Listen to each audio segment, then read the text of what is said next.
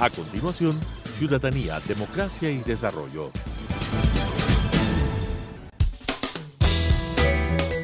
Clasificación B, bajo supervisión de un adulto.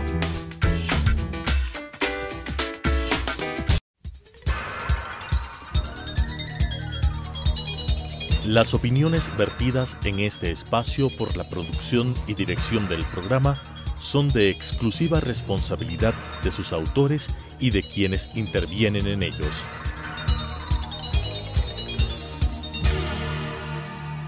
Telesucesos Canal 29 UHF y la Unión Nacional de Periodistas presentan Ciudadanía, Democracia y Desarrollo, un espacio para explorar la acción ciudadana en relación a las políticas públicas y su impacto en la calidad de vida de los ecuatorianos, con la conducción de la doctora Guadalupe Fierro.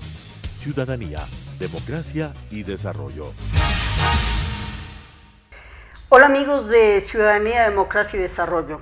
Estamos nuevamente con ustedes para tratar un tema de urgencia en el país. En este momento, lo que tiene que ver con la decisión que el CNE, el Consejo Nacional Electoral, tiene que tomar en torno a temas muy cruciales en la democracia, básicamente la elección del Consejo de Participación Transitorio. ¿Quién está con nosotros para hacerlo? Precisamente la directora del Instituto de la Democracia, que procesa precisamente todos estos temas desde el interior del Consejo Nacional Electoral. Ella es la doctora María José Calderón, es PhD en Estudios Políticos y Comunicación en la Flaxo, México, ha hecho una maestría en la Universidad de Maryland sí. Y es licenciada en Historia y Antropología por la PUCE, docente de la Universidad Católica, de la Universidad de las Américas, de la Universidad Internacional del Ecuador. Pero sobre todo, lo que caracteriza a María José Calderón es que es una experta en materia de comunicación política. Y yo quisiera partir preguntándote algo, María José. ¿Qué falla en la democracia ecuatoriana? ¿Qué es lo que nos tiene en esta situación tal de incertidumbre, de una manera muy breve? La democracia es por esencia imperfecta. Quizá lo genial de la democracia es que estamos todos trabajando día a día para mejorarla, porque siempre podemos encontrar mejores formas de representación, mejores formas de diálogo y apertura. Este fue el ejercicio que iniciamos el día lunes. Y aquí algo muy interesante, precisamente lo que ha hecho María José Calderón, es liderar un coloquio muy importante en estos momentos actuales en la coyuntura política ecuatoriana, que trató con expertos y con la presencia de los actores políticos, que esto es lo importante, y de la ciudadanía, el tema que tiene que ver con el voto nulo. ¿Qué es lo que pasa con este voto nulo en esta actual coyuntura, María José? Bueno, un poco para hacerte un antecedente, en sesión ordinaria del Pleno del 28 de febrero del 2019, fue designado el Instituto de la Democracia para llevar a cabo este coloquio, desarrollar la metodología en la que se pueda debatir de la mejor manera y aclarar de la mejor manera justamente las dudas que se generan a partir de la conceptualización jurídica y la contabilidad del voto nulo. Como tú sabes, en nuestro Código de la Democracia toma en cuenta la nulidad y existen en el artículo 147 de este mismo código tres literales que determinan en qué momento uno puede considerar una elección nula. Entonces hay una serie de cuestiones semánticas que en efecto generan una serie de dudas en la sociedad, vacíos legales, vale bien decirlo, y nosotros tuvimos la iniciativa de llevar a cabo este coloquio en 2 días. El primero fue generadores de opinión, periodistas, academia, sociedad civil organizada, etcétera. Y el segundo sí fue con los actores políticos específicamente, porque queríamos reconocer cuál es su opinión, qué es lo que ellos sienten, cómo se sienten en este momento tan importante en el que estamos atravesando. Un poco para comentarte, por suerte tú estabas presente, tú eras el primer panel. Seguí con mucho interés, además, porque realmente fue muy importante ver las reflexiones a las que se llegaron. Y yo quisiera solamente decirte una cosa que me llamó poderosamente la atención. Yo diría que el 70, si no más, de las personas que participaron en el coloquio llegaron a la conclusión de que debía desaparecer el Consejo de Participación Transitoria por considerarlo un ente que iba entre las definiciones de nocivo hasta fuera de la tradición republicana de un país. Sin embargo, la inmensa mayoría de ellos continuaban pidiendo el voto positivo. Esta contradicción no me quedó clara de por qué. Nuestro análisis, que fue la relatoría de todo esto, y voy a darte unas ideas un poco para clarificar esto, quizá desde mi punto de vista sí es una madurez política importante que los invitados, tanto la sociedad civil, academia, generadores de opinión, como los actores políticos, decidieran que finalmente existe un proceso y un Estado de Derecho que no se puede desmantelar, y el voto nulo no va a desmantelar nada, y esto hay que tenerlo claro. Creo que fue fundamental que al menos aclaremos que no hay ninguna potestad para anular ninguna institución, que eso tiene que ir de otra vía, hay otros recursos. Y los juristas tuvieron, algunos nos trajeron las leyes, la Constitución en las manos, diciéndole, aquí está el recurso si uno quiere hacer eso. Pero tenemos que decidirlo nosotros, finalmente sentarnos a dialogar, ¿por qué? Y eso me pareció una cuestión súper saludable. El hecho de que no era tanto, es positivo el voto, sino tenemos que seguir el proceso. Y el proceso es, o sea, aunque no te guste, aunque el voto nulo sea un símbolo de rechazo, ir a votar y decidirlo. Y si aún así no estás de acuerdo con los resultados, gestiónalo con la gente, que uno de tus panelistas, de hecho, creo que estaba al lado tuyo, lo mencionó varias veces. Hay que hacerlo, no hay que esperar que esto salga de alguna institución o de la voluntad política de alguien. Y eso me parece súper saludable. Todos los actores coincidieron en lo que tú mencionas. Y claro, aquí uno se pregunta, ¿cuál es el papel de la ciudadanía en todo este enrevesado problema? Lo que tú acabas de decir. Sí. Porque, a ver, los actores políticos, esto es lo sorprendente, coincidieron en que debe desaparecer eso. Entonces, ellos tienen un papel y ya han definido ese rol en este escenario que se planteará, sea cual sea el resultado. Pero las elecciones están apenas a días de hacerse, ¿no?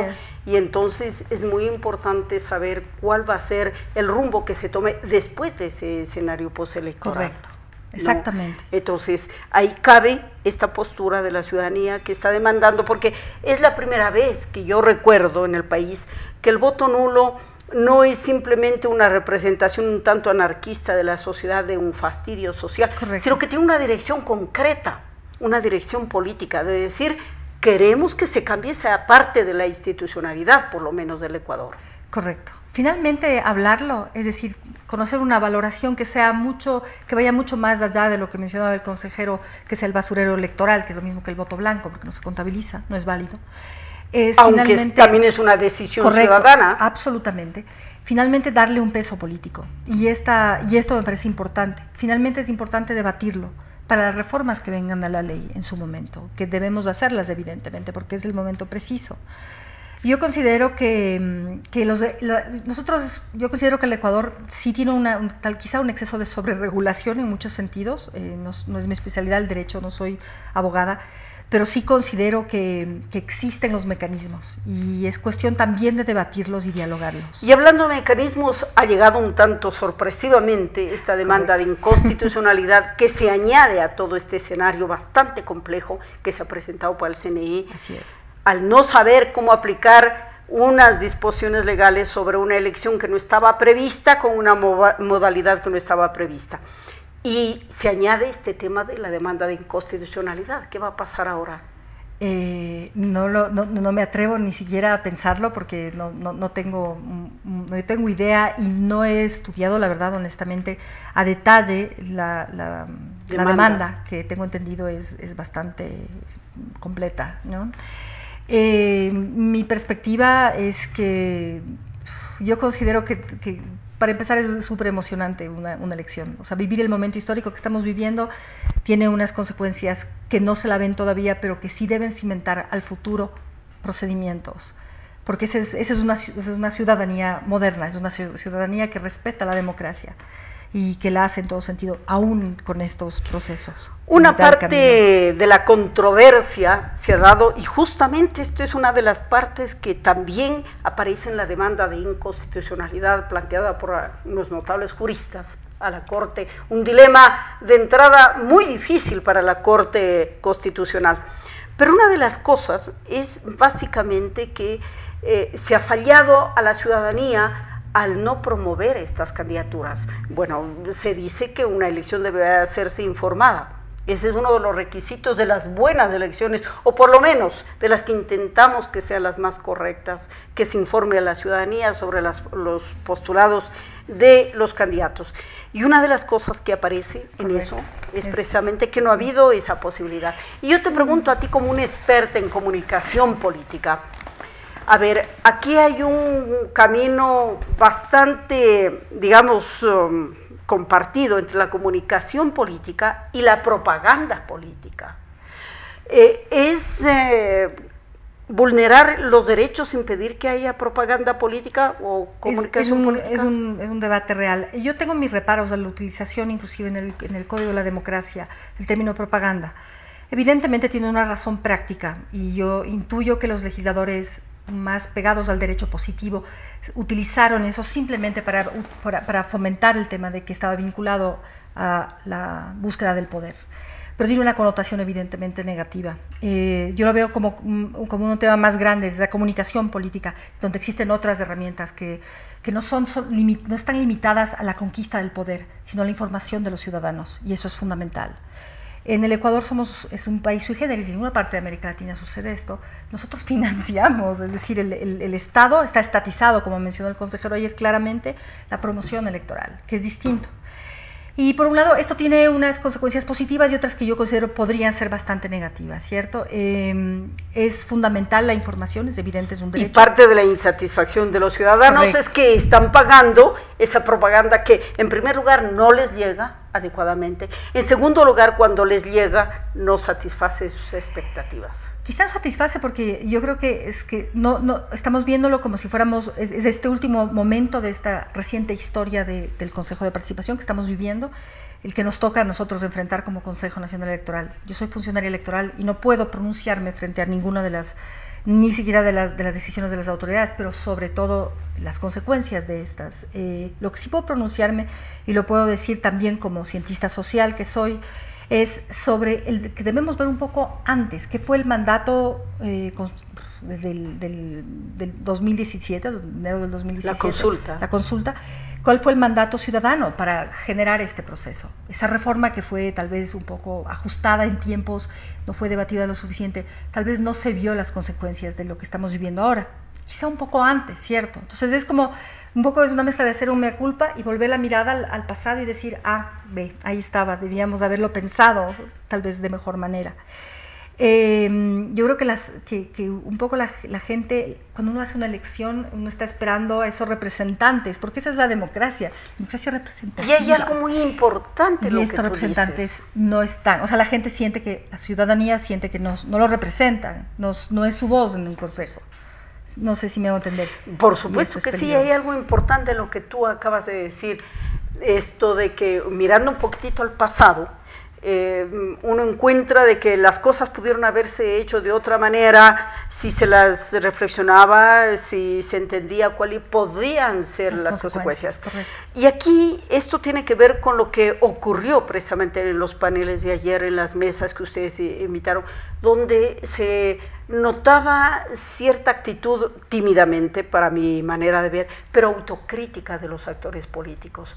Muchos de ellos hicieron reflexiones sobre lo que ellos hicieron mal, sobre hasta cierto punto no la contribución de sus roles a esta confusión que vivimos todos, no solamente del Consejo Transitorio y del voto nulo, sino en general del escenario electoral y político que vivimos. Correcto. Y eso es importante. Yo creo que tal vez el Instituto de la Democracia ha hecho y podría en este sentido hacer una inapreciable contribución a algo que es importantísimo para la política ecuatoriana, que es el hecho de que haya una autocrítica de los partidos políticos para ver los errores y construir sobre eso. Esa es nuestra misión, así es. Es la misión constitucional, por eso quizá el instituto es tan genial, no solo por, quiero decir, está en la Constitución y tenemos una misión justamente con la ciudadanía. Ese mea culpa que mencionas bien se escuchó entre todos los actores políticos, es mirarse y ver qué hacer ahora. El fenómeno no es particular del Ecuador, ¿no es cierto? Las nuevas generaciones sienten un cierto rechazo hacia sus representantes tradicionales políticos. Y también es una obra de reflexión importante de las instituciones que no solo que sustentan la legitimidad política, le hace la Asamblea Nacional. Ayer se habló muchísimo, tú recordarás, sobre los legisladores y su rol y si le representan o no a la gente, ¿verdad? Y yo creo que es un momento histórico genial para mirar esas nuevas generaciones, mirar los nuevos medios, las nuevas tecnologías que nos permiten abordar la democracia directa de otra forma. No simplemente...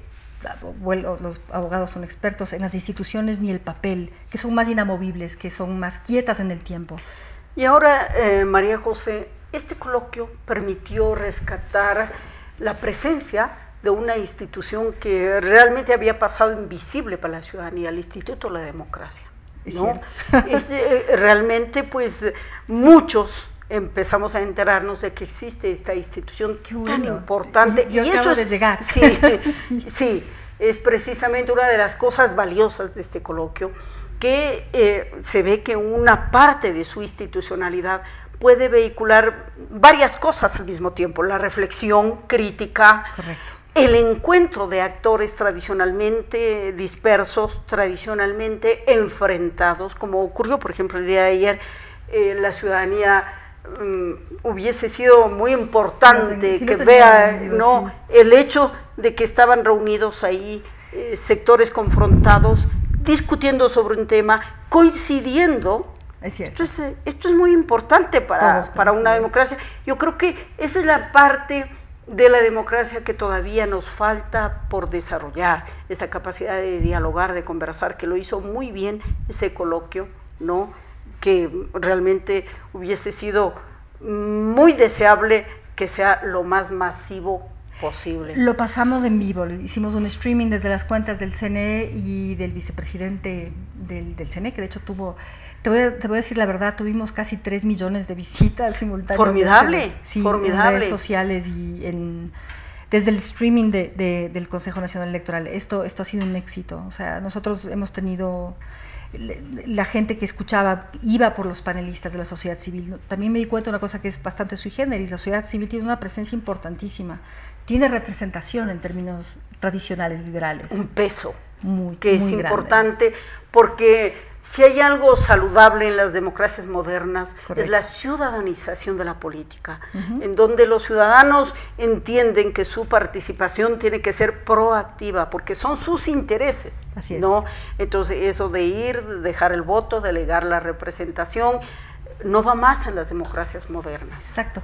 Y a mí me dejó muy claro ese vínculo necesario que hay entre la sociedad civil, por ejemplo, y los actores políticos, las organizaciones políticas. Que es otro tipo de diálogo. Que es otro tipo de diálogo. En el que ustedes... Exactamente. Y que yo quisiera que ahora sí podemos unirlos de alguna forma, pero tienen que entenderse, tienen que no estar separados. O sea, el mercado del voto no se limita a una elección. El mercado de la democracia es mucho más grande que eso, y eso es lo que nos encantaría, y de hecho estamos abocados a hacer de ahora en adelante.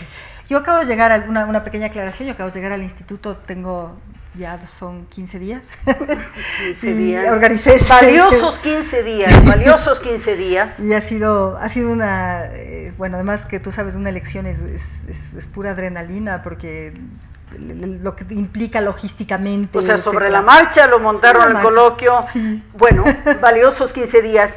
Y aquí hay una cosa importante que terminar, tal vez, sí, mi querida María José. Tú acabas de señalar algo muy importante. Ahí se encontraron no solamente los actores políticos, que ya de por sí es importante frente a la dispersión política, que es una de las preocupaciones ciudadanas más grandes, una de las cosas que más contribuye a la confusión en la política, el desagrado, es la dispersión.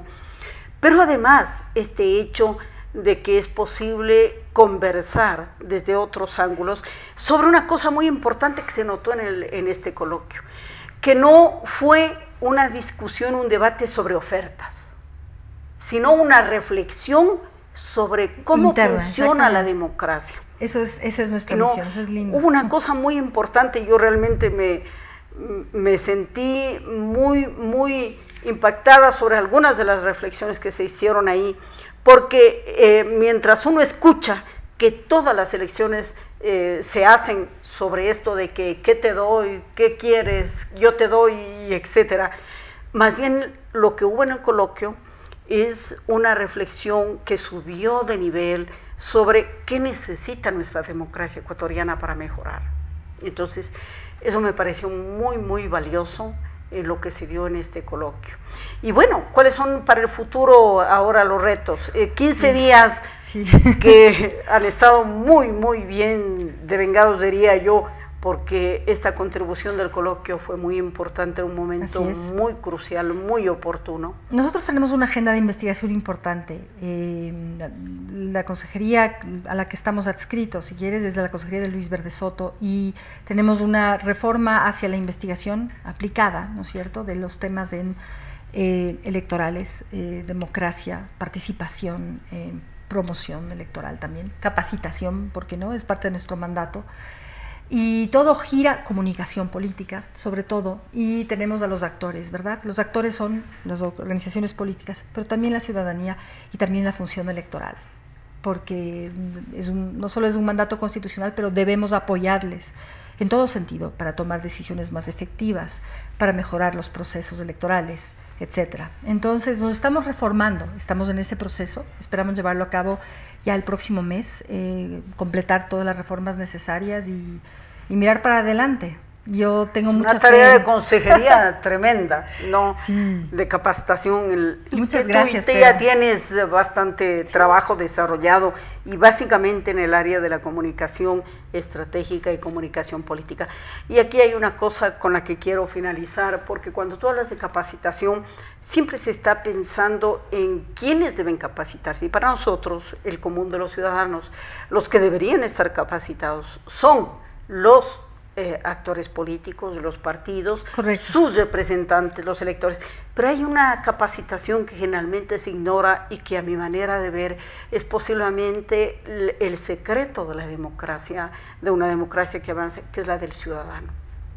El ciudadano no tiene capacitación para formarse como un verdadero demócrata, correcto, como un verdadero demócrata participativo en la defensa de sus derechos y en la observación informada de los procesos sociales. Correcto. Así es que, María José, cuando se habla de capacitación, muy bien, perfecto hacia quienes hacen el CNE, perfecto hacia quienes hacen los actores políticos, los partidos, los candidatos. Pero los ciudadanos, así es. Por favor, no se olviden de los ciudadanos. No, para nada.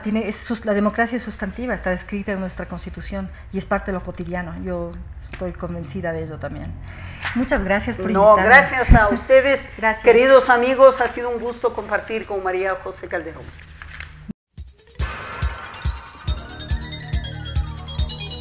Las opiniones vertidas en este espacio por la producción y dirección del programa son de exclusiva responsabilidad de sus autores y de quienes intervienen en ellos.